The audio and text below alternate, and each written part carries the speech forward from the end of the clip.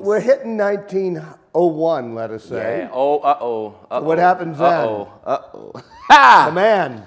Well, Louis Armstrong is born in August. You know, he used to say it was July 4th. Yeah, we're almost at his birthday that he celebrated. Right. Because for his whole life, he says he was born July 4th, 1900. Right. Why did he say that? I think it was partly he wanted maybe to enlist because he was in the waif's home, and Right. he was in a foster home or orphanage home, and he had to lie about his age, or is it just Louis Armstrong being Louis Armstrong? I think it's both, man.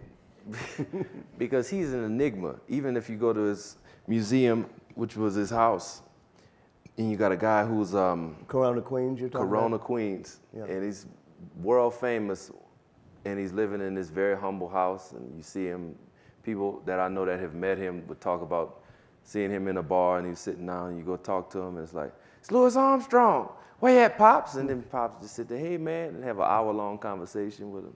It's very, but that kind of figure, I think, you can't really know what was going on in his head, because on the outside, he has this very humble disposition, but then he's also one of the greatest geniuses of all time. So You know, I what's want going to on say, there? I hate when it moderates it, but I want to add Yeah. one personal thing. For about 6 years, I worked on the biography of Louis Armstrong over the time.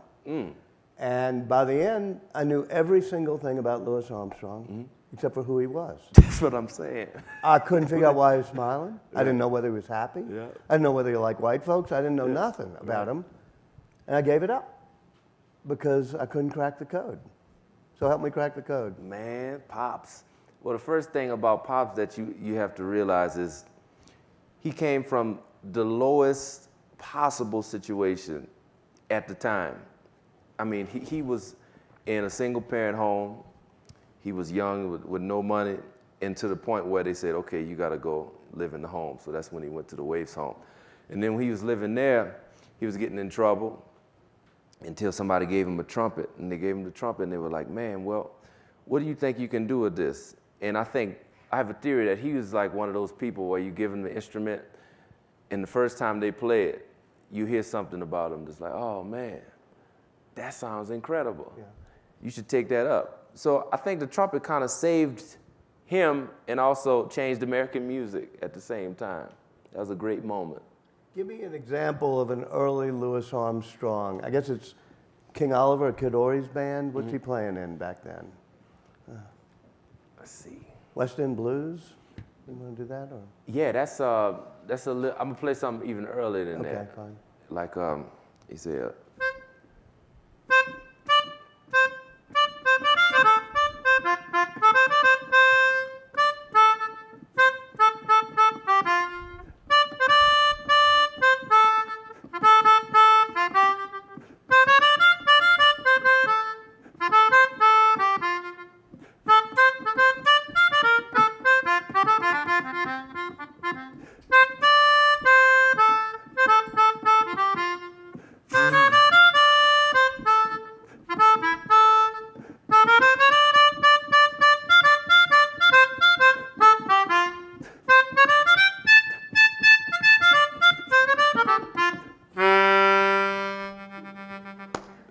That's on his horn. Tell us about that. It's his rhythm. That's what changed everything. Before him, it was just kind of like.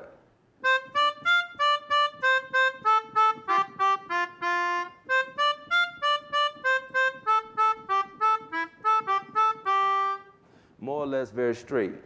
And then he took that same melody and would say, okay, check this out.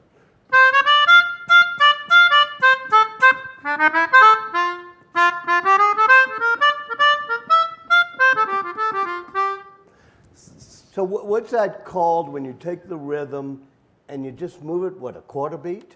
Yeah, it's little shifts every Yeah, here and so there. what's that called? Soul. Okay.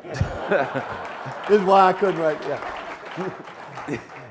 It's like, that's not the kind of thing that you can teach.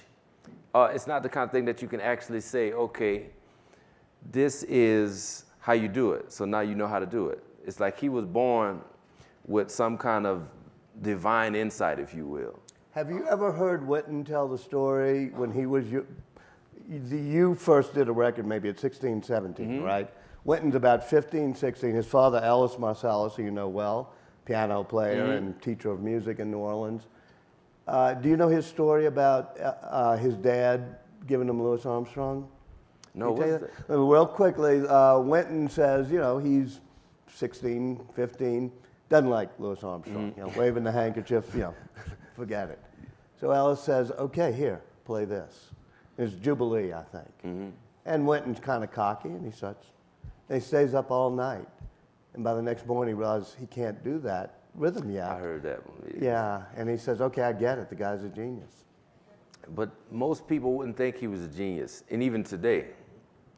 That's because his whole persona didn't have that kind of look like if you see Beethoven or you see pictures of all the older musicians, and you see them, and you read stories about them, and everything looks so serious.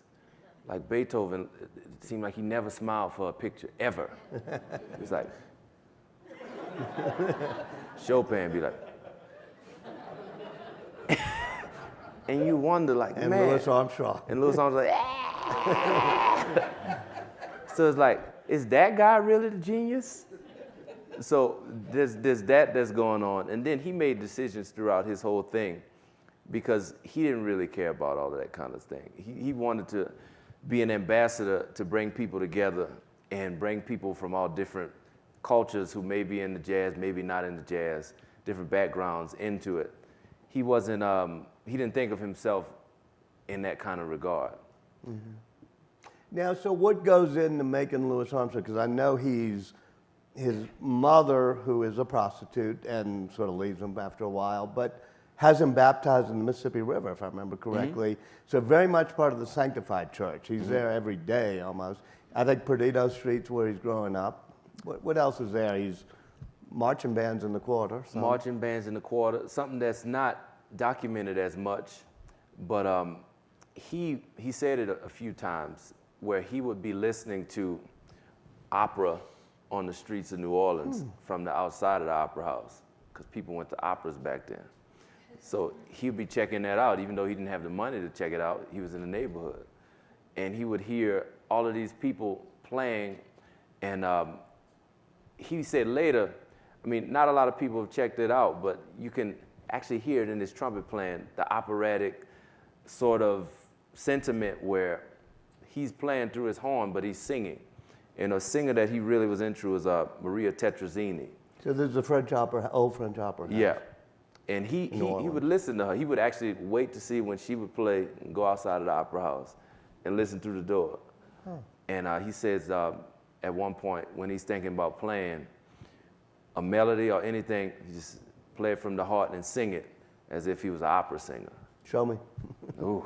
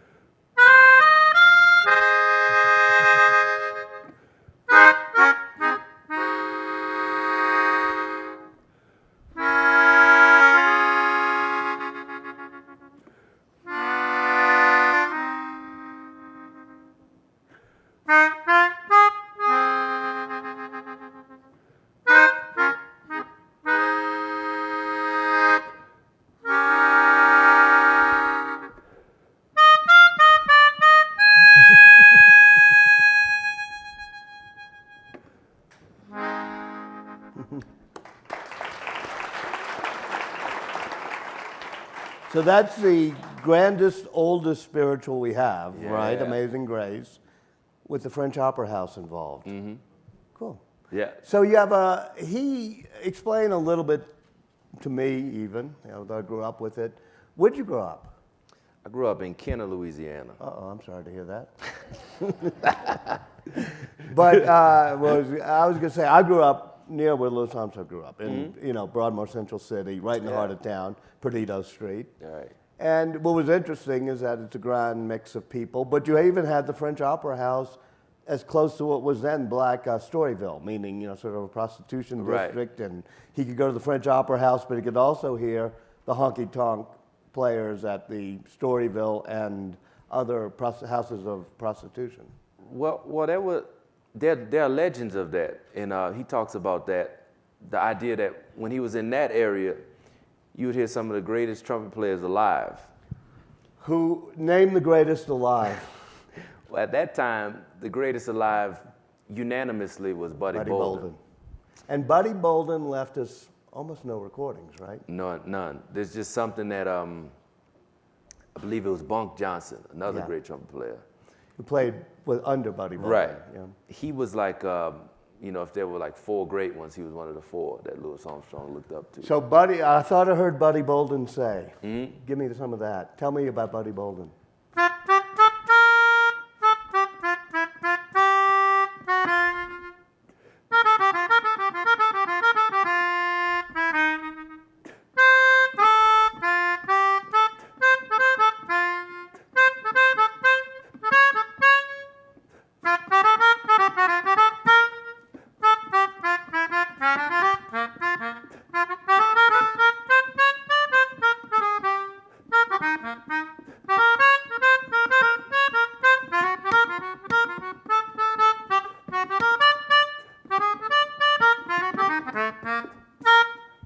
So,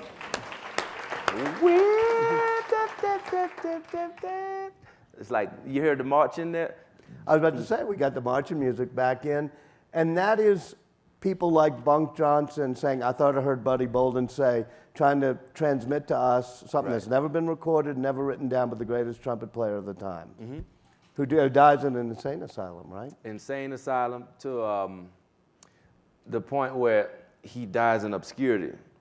No, he disappears for a while. Nobody knows where he is, and there's just a legend that's left. No recordings.